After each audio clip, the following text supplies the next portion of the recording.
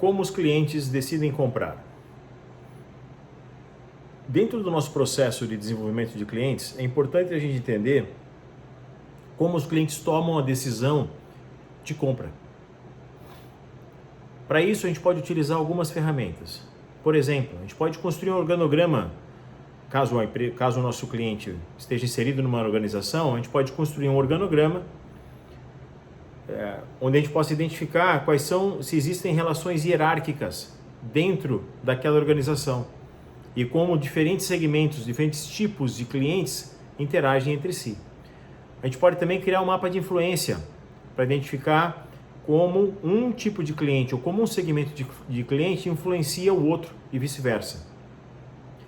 A gente também pode criar ou desenvolver um roadmap de vendas para entender como é o processo, se existe um processo formal ou informal de compras e como esse processo se desenvolve dentro da organização da qual o nosso cliente faz parte. Dando exemplo, pegando, por exemplo, um diagrama de tomada de decisão do cliente, a gente pode pegar vamos supor que o nosso cliente esteja inserido numa organização um pouco mais complexa, onde existe, por exemplo, um comitê de orçamento, que é o tomador de decisão. A seguir, a gente pode ter um departamento de compras, que é quem vai, de fato, acatar ou executar a decisão de compra tomada pelo comitê de orçamento e fazer a compra, efetuar a compra e fazer o pagamento. E a gente pode ter ainda também os usuários, que são as pessoas que vão utilizar os nossos produtos e o nosso serviço. Dentro dessa lógica, a nossa empresa ela tem que ver como é que a nossa startup ela pode se relacionar com esses diferentes tipos de clientes. O ideal então é a gente tratar cada um deles como um segmento diferente e procurar identificar essas relações, identificar o que importa para cada um desses tipos de clientes e qual é a melhor forma de a gente trabalhar com cada um deles, identificando de preferência, como eu já falei em outros vídeos, as propostas de valor que podem motivar cada um desses segmentos de clientes, cada um desses tipos de clientes para a decisão de compra. Deixando um pouco mais complexo, a gente pode enxergar também dentro desse diagrama de tomada de decisão outras pessoas, outros tipos de clientes, outros segmentos de clientes. Por exemplo, a gente pode ter representantes que podem atuar como recomendadores junto ao comitê de orçamento, influenciando então a decisão de compra. A gente pode ter também influenciadores de mercado, como formadores de opinião, especialistas, que vão afetar também a decisão de compra do comitê de orçamento. Podemos também ter sabotadores, que são tipos de pessoas que vão lutar contra essa decisão de compra. Por exemplo, junto ao comitê de orçamento, outros departamentos da mesma organização podem influenciar negativamente a decisão, porque podem estar disputando pelo mesmo recurso financeiro, que seria utilizado para pagar pelos nossos produtos e serviços. Também podem existir outros agentes externos à organização que, de alguma forma, podem se ver afetados, podem ver afetados negativamente, ou pode ver que o nosso produto e serviço pode ser uma ameaça para essa organização. Além disso, mergulhando daí dentro de cada um dos segmentos, a gente pode identificar se aquele segmento está comprando para si mesmo ou para outras pessoas. A gente pode identificar se aquele segmento, aquele tipo de cliente, se ele precisa ou se ele quer a aprovação de outros clientes, de outras pessoas, como influenciadores, como amigos, como membros da família, como celebridades. Existem outros tipos de pessoas, clientes ou não, segmentos que pertencem a outros segmentos de clientes ou não, que influenciam a decisão de compra do nosso cliente, daquele segmento que a gente está estudando. Ainda outro aspecto interessante de a gente observar: os nossos clientes, eles vão utilizar o nosso produto e o nosso serviço sozinho ou em conjunto com outras pessoas? Isso também pode ser relevante, porque se ele vai usar em conjunto com outras pessoas, é importante a gente entender qual tipo de produto ou serviço essas outras pessoas utilizam ou estão utilizando. Se eles vão utilizar em conjunto, talvez exista uma necessidade de vender, né, de fazer esse convencimento, não só com o nosso cliente, mas também com esse grupo de pessoas com o qual ele vai utilizar o nosso produto, o nosso serviço.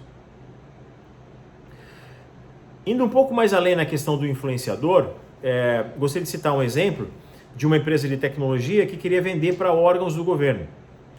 Porém, essa empresa de tecnologia, essa startup, era muito pequena e não conseguia atender todos os padrões de exigência que o governo, que órgãos do governo muitas vezes exigem das empresas, para que ela se credencie como um fornecedor. Então, essa empresa de tecnologia resolveu fazer uma associação, fazer uma parceria com uma grande empresa de serviços, de consultoria no caso, que já era credenciada e que atendia todos os requisitos do governo para fornecimento. Dessa forma, através dessa parceria, ela foi capaz de atender as qualificações exigidas pelo órgão do governo e conseguiu então colocar seus produtos e serviços para diversos órgãos do governo que tinham um nível muito alto de exigência. Então, muitas vezes a influência ela pode vir de diversas formas, inclusive até mesmo através de um parceiro, que daí colocou a sua reputação e o seu nome por causa da parceria e foi capaz de influenciar positivamente então a contratação dessa empresa. O que eu faço quando eu tenho múltiplos segmentos de clientes? Não tem problema. A gente pode ter diversos segmentos de clientes.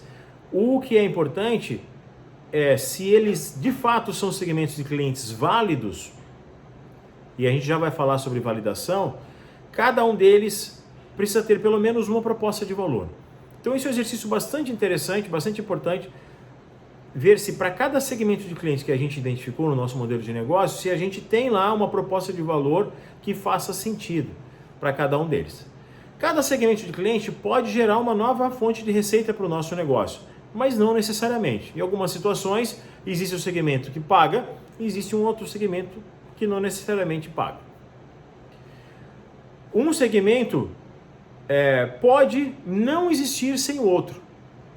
Quando isso ocorre, a gente tem o que a gente chama de plataforma multilateral.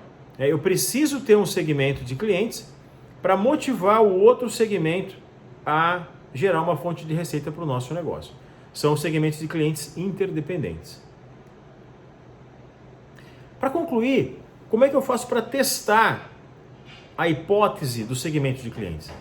Esse segmento de cliente, ele é válido ou não? Ele existe ou não existe? Ele de fato é um segmento de cliente para minha empresa, para minha startup? O que a gente precisa fazer é criar experimentos para poder testar.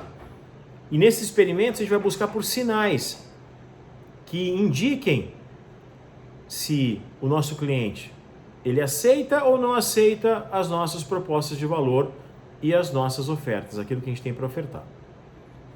Como é que eu faço para testar esse interesse? Em que momento, em que ocasião, em que lugar, qual é o melhor ambiente, a melhor circunstância para testar? Quais os experimentos que eu vou fazer? Ou perguntas, né, que eu vou incluir no nosso questionário, no nosso roteiro de entrevista, melhor dizendo. E quantos experimentos eu vou realizar com o mesmo cliente? Quantos clientes eu vou utilizar para poder avaliar isso? Cada caso é um caso e é importante no nosso plano de desenvolvimento de clientes a gente contemplar todos esses aspectos. Por fim, gostaria de lembrar que a nossa tomada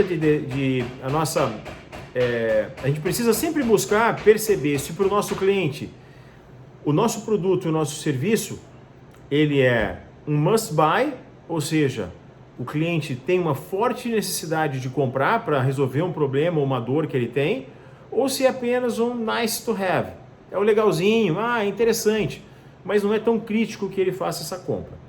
Então, nas entrevistas com o cliente, a gente vai estar sempre buscando indícios para perceber se é uma coisa realmente que ele tem uma forte necessidade, uma forte pressão por comprar aquele produto ou serviço, ou se não é assim tão preponderante.